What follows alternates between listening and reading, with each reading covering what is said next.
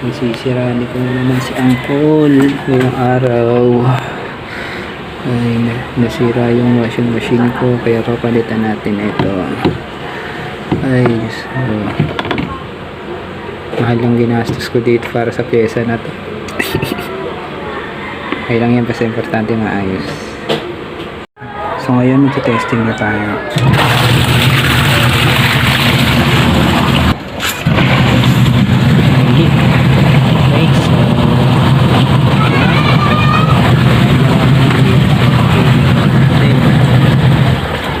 Right.